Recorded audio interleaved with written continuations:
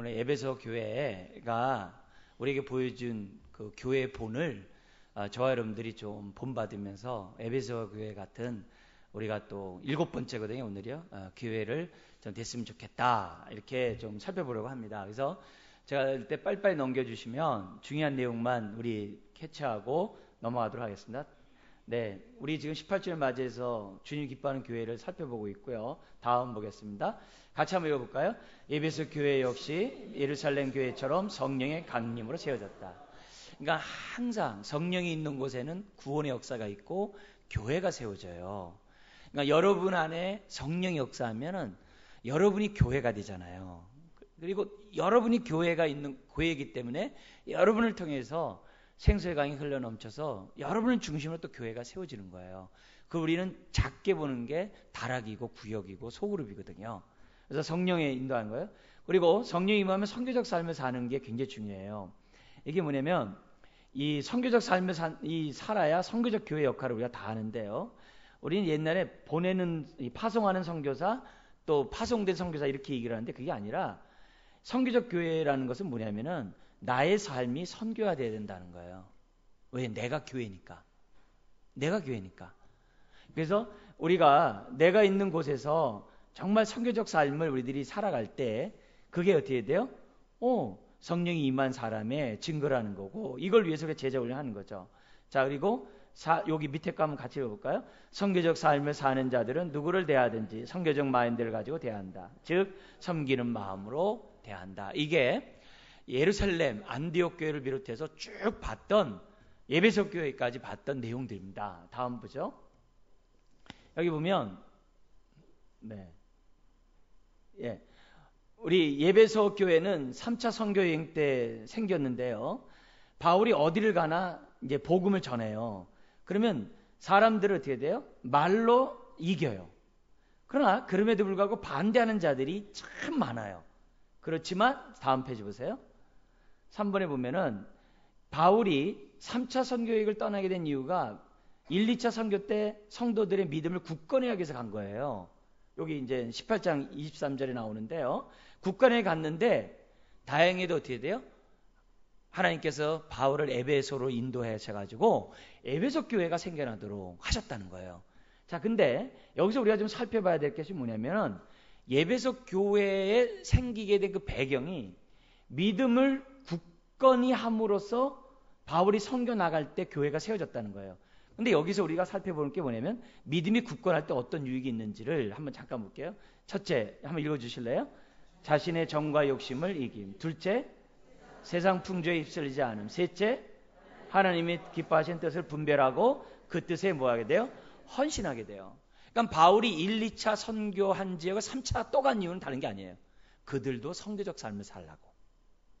그들을 통해 교회가 세워지길 바라서.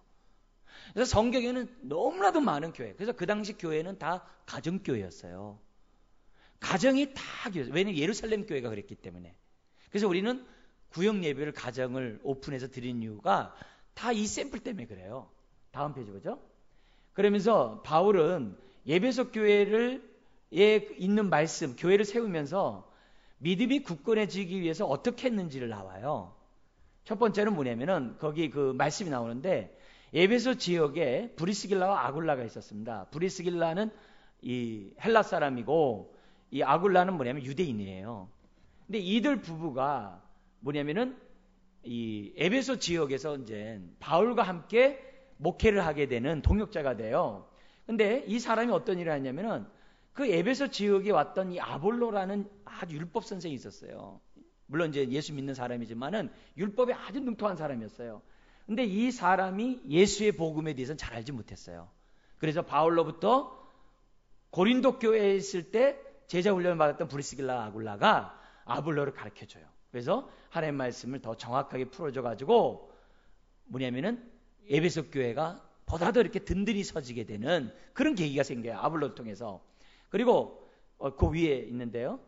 그 밑에 보면은 이 에베소 교회의 특징이 뭐냐면 이게 있어요. 사도행전 19장 9절에 보면 두란노서원. 그 당시 한여름이거든요. 대낮에는 한 3-4시간 동안 잠을 자요. 근데 그때 사람들을 모아놓고 1년 반 동안 거의 뭐 3년 가까이 이 두란노 서원에서 뭐냐면 복음 사역을 해요.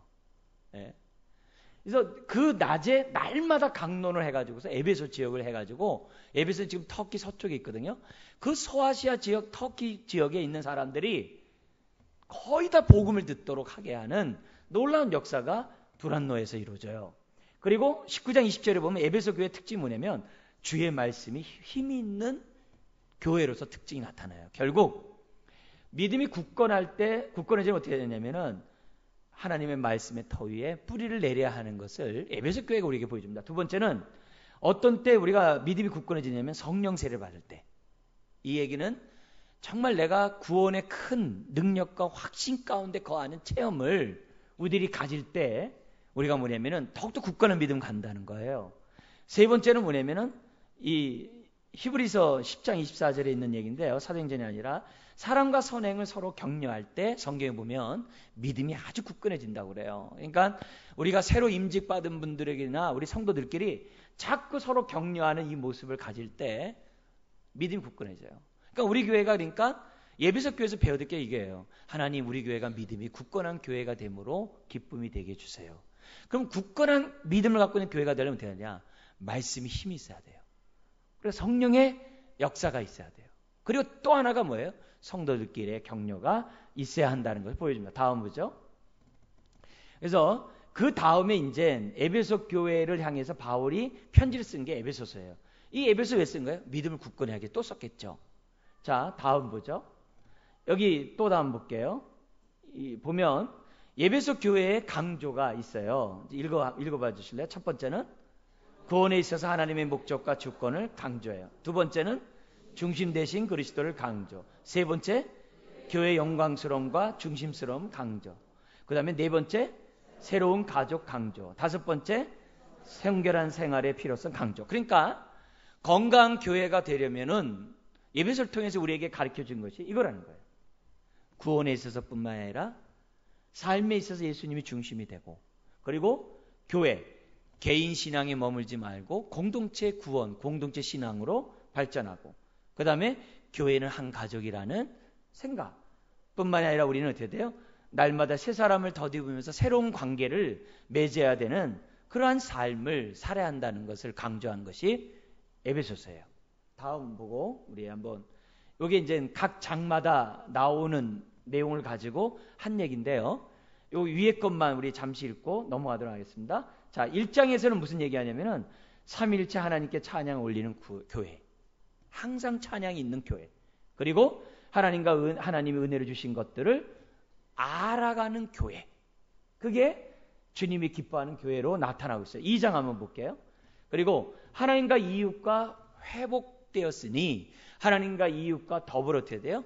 화평케 되는 삶을 살아가는 교회. 그게 이제 2장에서 주는 교회고요. 3장은 뭐냐면 유대인과 이방인이 함께 상속자가 되고 함께 지체가 되고 함께 약속에 참여하는 자가 됐는데, 우리 교회가 어떻게 보여야 되냐? 앞으로 서로를 볼 때마다 함께 안목을 갖게 해달라고. 하나님 이 사람과 함께 상속자가 되고 함께 지체가 되고 함께 약속에 참여하는 자라는 것을 성도를 통해 볼 수 있도록 그런 교회가 되어야 한다는 거예요. 4장 보죠. 그 다음에 성령이 하나 되게 했으니까는 힘써 지키는 교회. 그리고 날마다 옛사람을 벗어버리고 새 사람을 더디우면서 새로워지는 교회가 되기를 바라세요. 다음 보죠.